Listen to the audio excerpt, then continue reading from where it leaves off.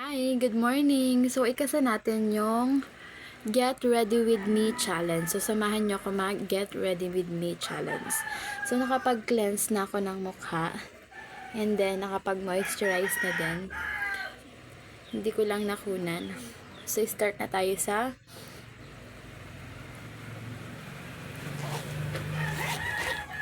pag-makeup. So, since day ngayon, light lang yung gagawin natin. So, samahan nyo ko sa aking everyday look. So, actually, mga light colors lang yung mga ginagamit ko. Kasi nga, umaga ngayon. Pangit naman kung magda-dark tayo, 'di ba? So, una, lagay muna tayo ng liquid. Lagay muna tayo ng liquid foundation. So, ito yung ginagamit ko pang cover sa mga pimples ko aside from concealers. So, ayan. White liquid foundation from Fit Me Maybelline. So, Maybelline, baka naman, may pa-sponsor ka dyan. Charis. So, lagyan natin ng konti lang. Ayan. Konti lang yung nilalagay ko. Daliri yung ginagamit ko kasi mas sanay ako gumamit ng daliri. So, ito yung ginagamit ko pang tago ng pimples ko. Ayan. Ito yung ginagamit ko pang tago ng pimples ko. So, konti lang naman. And then, dyan. Ayan. Tapos, blend lang natin. Masanay kasi ako gumamit ng kamay or daliri.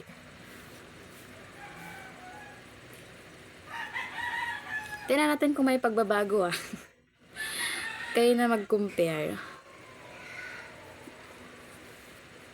So, yan. So, madami na tayo kasi tayong pimples. May hormonal changes na tayo. Ayan. So, lagay lang natin yan. Ayan. Light lang kasi pag dark, ang pangit naman is umaga ngayon. Tapos, papawisan ka ng bonggam-bongga, o, diba? Ayan. So, okay na. Ayan. Next, sunod naman, ilalagay ko yung etong concealer. Ayan. Actually, hindi ko to binili. Naregalo lang to sa akin. Hindi. Kalimutan ko kung sinong bigay. Medyo matagal-tagal. So, gagamitin natin itong medyo light brown ng konti. Itong shade na to. Ito kasi white and then ito dark brown. Ayan. So, lagyan natin yung may mga pimples na malaki. Ayan. Tago lang muna natin yung pimples natin. Ang dami kasi din. And then, after, blend lang ulit. Daliri lang yung gamit. Ayan. May nakikita pa ba kayo? Meron pa. Huwag natin i-dark. Konti lang naman yung nilagay ko. And then, after nyan, sa ilalim pa ng mata, para hindi tayo magmukhang zombie. Ayan. Ayan. So, natago na yung medyo itim. So, compare natin. Ito, at saka ito. Diba? See the difference? Ayan.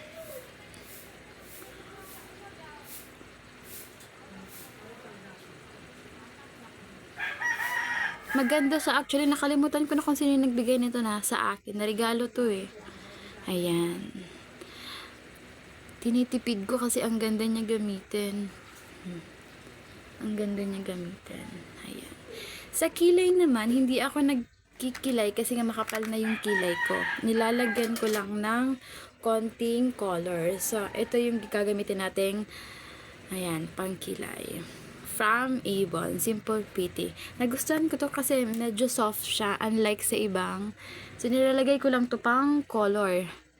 Pang color lang. Tingnan natin yung difference. Hindi ako gumagamit masyado nito kasi nga may makapal na yung kilay natin. And then blend lang natin. Kaso yung pang-brush ko, hindi ko alam kung saan ko nalagay. Ayun lang. Pinaglaruan ng aking anak. Mahilig kasi siya maglaro. So, hanapin ko. I-blend natin mamaya.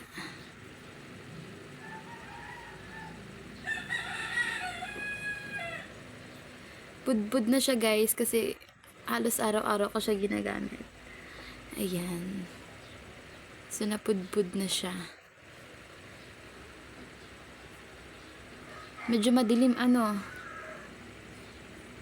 Nakailaw naman na tayo. Ayan. Gusto ko lang talaga magko-color. Hindi ako nagkikilay kasi nga makapal. Next, lagay natin yung mascara. So, bago to, gagamitin ko mascara from Simple Pretty from Avon. Ayan. And then, ayan. Gamitin lang natin yan. So, iba-iba naman tayo yung everyday routine na nilalagay sa mukha, diba? So, ganito yung way ko na paglalagay ko sa mukha para sa aking everyday look. So, kaya natin ng concealers. Gamit ako ng salamin kasi medyo para hindi madaming pagkakalagay natin. Sa iba yung nahihirapan sila maglagay kasi sinasabay nilang paglagay tapos pag ng mata. So, kailangan dapat steady ka lang. So, ayan, nasobrahan natin ang lagay. Nagmumukha tayong vampire. Sobrahan natin ang lagay. Ayan, then sa kabila naman.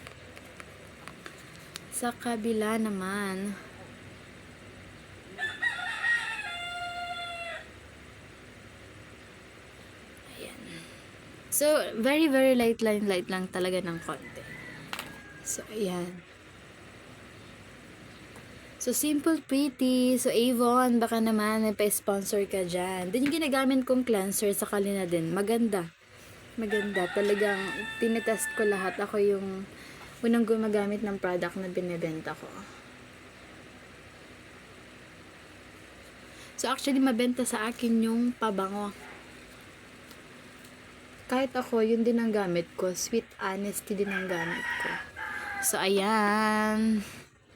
Hindi ko alam kung makikita niyo yung difference, Ginamitan ko ng ganito, yung pang curl, kahit curl na yung ko, kasi mas gusto ko pa yung bonggang curl. And then, lagay natin ng blush on. Magic Blush, ayan. From Avon. Ito yung pinaka swak sa teenage, kasi pang teenage talaga siya. Mas nagagandahan gumamit ng light blush on. Yan. So, parang siya, red, violet, black. Tapos, pag in-apply mo siya, very light lang. Yan. So, ganito ako mag-apply ng blush on. Depende naman kung paano kayo maglagay ng blush on. Ayan. Ang tagal matuyo nung mascara natin. Ayan.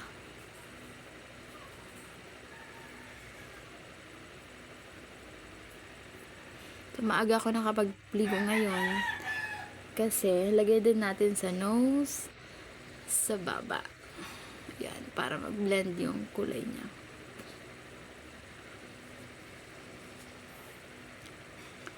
Ayan. Light lang talaga siya. Di nyo siya makikita na nagpipink yan.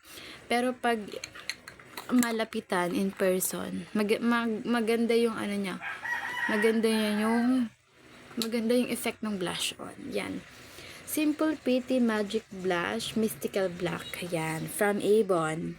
Yan. Avon, baka naman may pa-sponsor ka. Yan. Light lang talaga siya. Kapag dark naman yung gagamitin ko, kapag mga gabi ang atake natin, ito, dark. Maliit lang siya, from Avon din siya. Simple Pretty Blush Cream. Yan, talagang magbablush yung mga cheeks nyo. Yan, blush cream. And then, sunod, very, very light lang din naman ako mag-lipstick.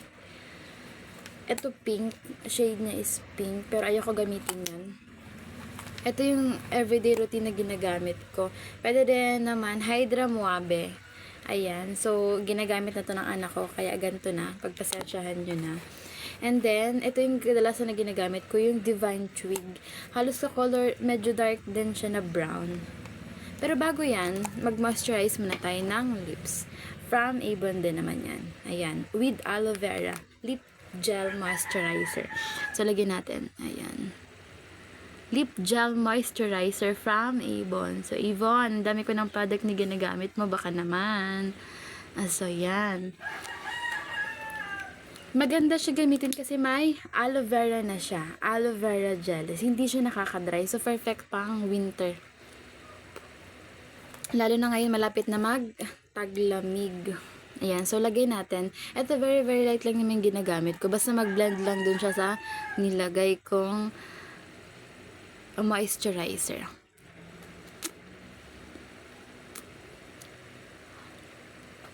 Ayan, so okay na yan. Ayan. So, sa mga gusto, piliin nyo lang yung Divine Twig Shades. Ganito yung color niya. Ayan.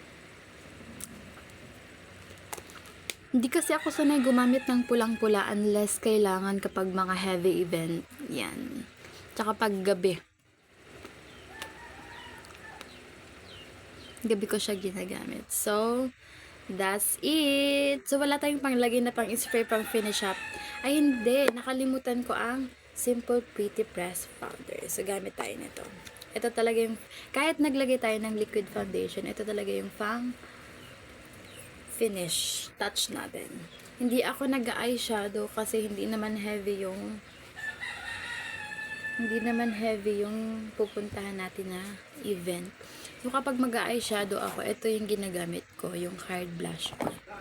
Ayan. So, nakikita nyo ba yung difference? Medyo mahina yung boses natin kasi wala pa tayong mini microphone. Kung may microphone, sana maganda. Ayan.